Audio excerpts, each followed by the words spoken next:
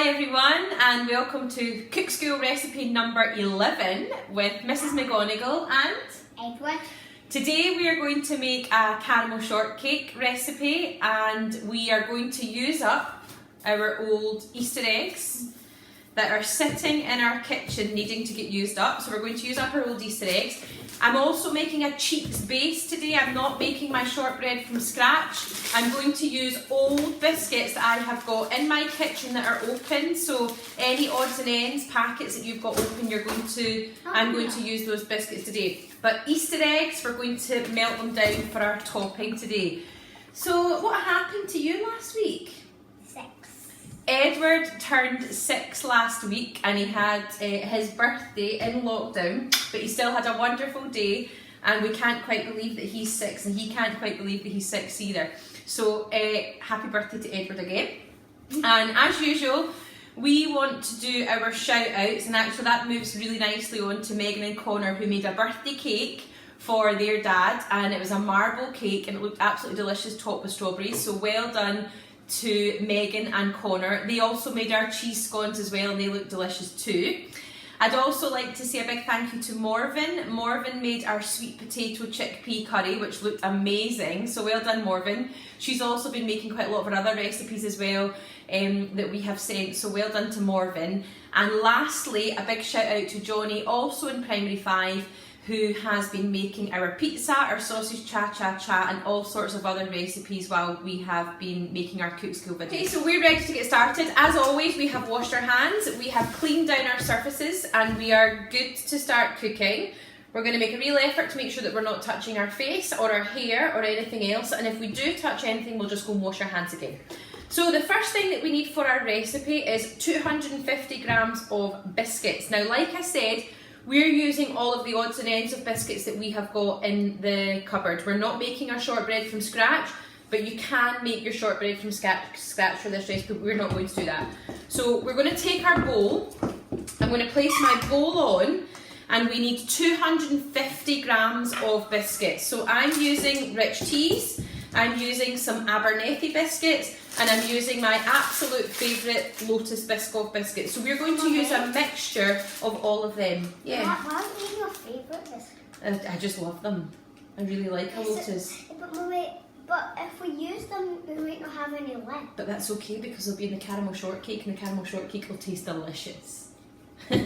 So 250 grams of biscuits. I don't have a food processor, so Edward is going to have a great time bashing our 250 grams of biscuits in a wee food bag with the rolling pin. So that's what Edward's going to be doing, alright? But first of all, we're going to measure 250 grams of biscuits into our bowl.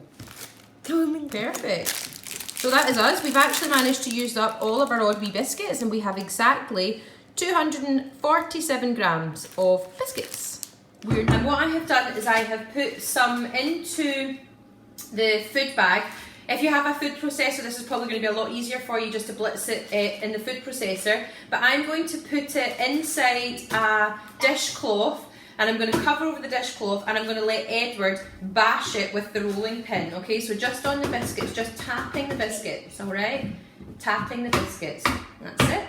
And Edward's going to continue doing that until the biscuits, come over this way so everyone can see the delight in your face. I'm going to let him bash the biscuits until they are basically biscuit crumbs. So Edward had a great time there bashing our biscuits, so he's going to tip our second bag of biscuits into our bowl. There we go. So we're just going to set aside the bag. The next thing that we're going to add is 4 tablespoons of desiccated coconut. This is optional, you don't need to add that to your biscuit base, but we're going to add it. So Edward, 4 tablespoons from in there. So all 4 can go in there. I think you'll probably find out that it's most of it. Okay, out you come. 1, pop it in. 1.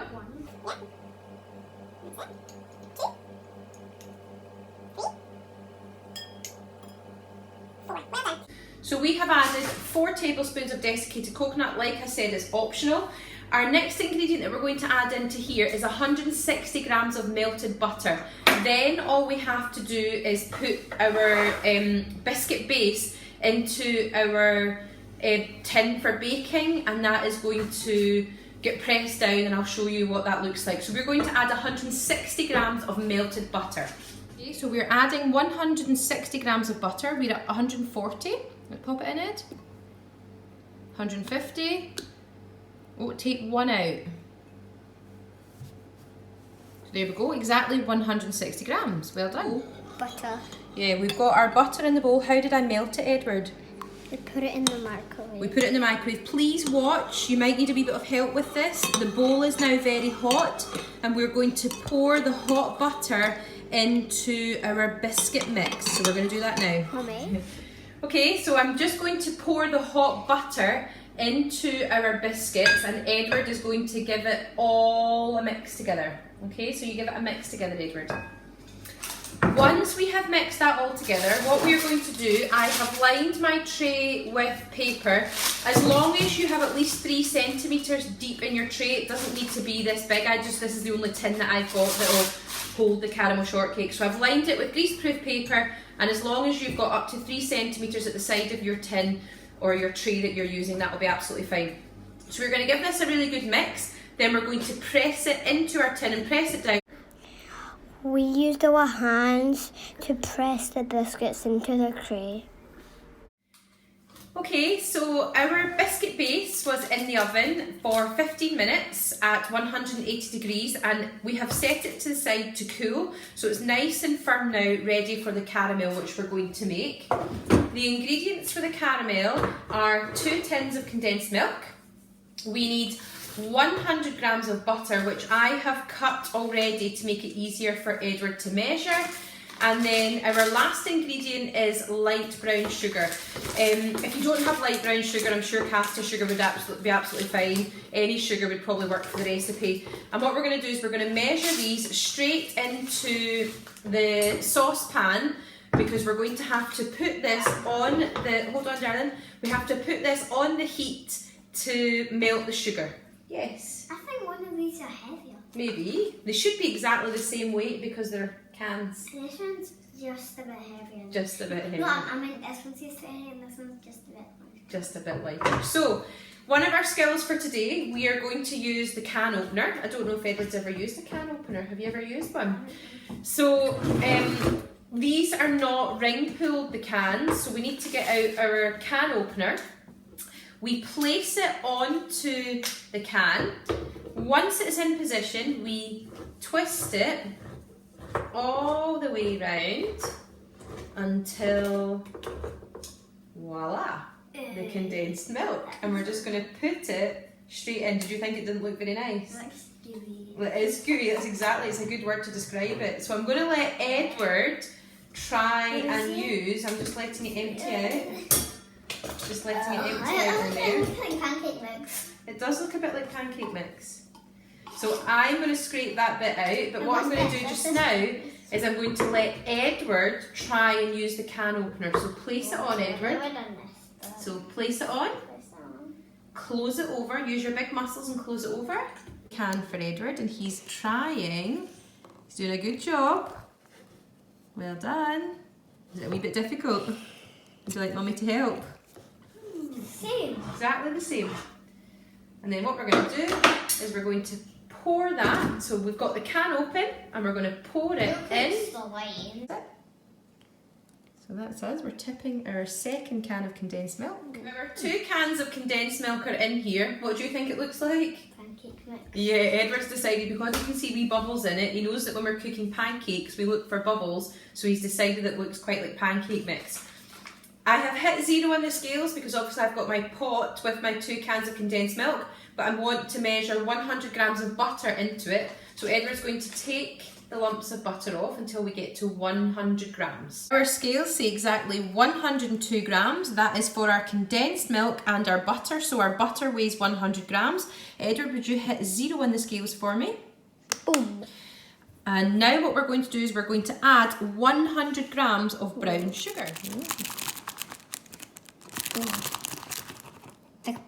Perfect. We are going to mix this until the sugar melts. Yeah, we're going to put it on the gas stove or just on a low heat, and Edward's going to mix it until the sugar melts. Butter. Yeah, there's lumps of butter in there, isn't it? So we're just going to mix it until it melts and the sugar's all gone. And it's just going to start cooking. And how's it going to melt if it's inside that? Because it'll get warm and it'll all melt. In the meantime, we have set up a pot with water that's just heating up, and I have put a plastic bowl on the top, and we're going to use this to melt our chocolate, which I'm going to start getting the Easter eggs. Chocolate? Yeah, we're going to start melting up the Easter eggs. Now the recipe calls, I think, for 250 grams, but I'm just going to maybe melt a wee bit of extra Easter egg just to get rid of it. We don't mind a thick topping. Over. I brought the caramel to the boil, and now what I'm going to do is I'm going to turn the heat right down just to a gentle simmer, and I've got to stir it constantly for 5 to 10 minutes. I'm wanting it to get a wee bit thicker and a wee bit more golden. I have been stirring constantly for 10 minutes, and you can see that my caramel has started to thicken and is a nice golden colour. There are 1 or 2 wee darker bits in it, but I'm not worried, that's just wee bits that I've got stuck to the bottom of my pan. My mummy makes the caramel because it's so hot. We're now pouring the caramel Oh my gosh. on top. It looks like a giant pancake. We're now pouring all of the caramel. Ed is just spreading the caramel, that's us, into our tray.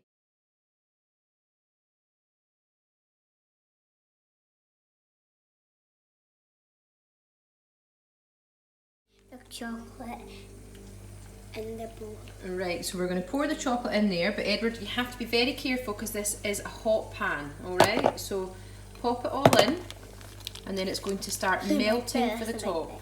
You're mixing the chocolate. It's all melting. And what we're going to do is, once the chocolate's melted, I'm just going to leave it in that bowl, because the water underneath is still warm. The caramel's there, but that'll need to go on top of the biscuit and then in the fridge before we can add the chocolate to the top. But this will be fine in there melted. I actually added another Easter egg to get rid of it, so we've probably got about 300 grams of melted chocolate in there. How many? How many grams? 300. Edward's desperate to lick the spoon.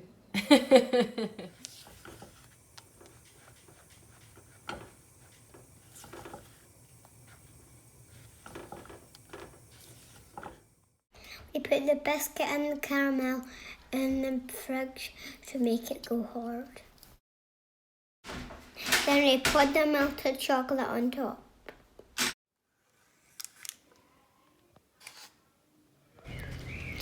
We put everything in the fridge to cool down.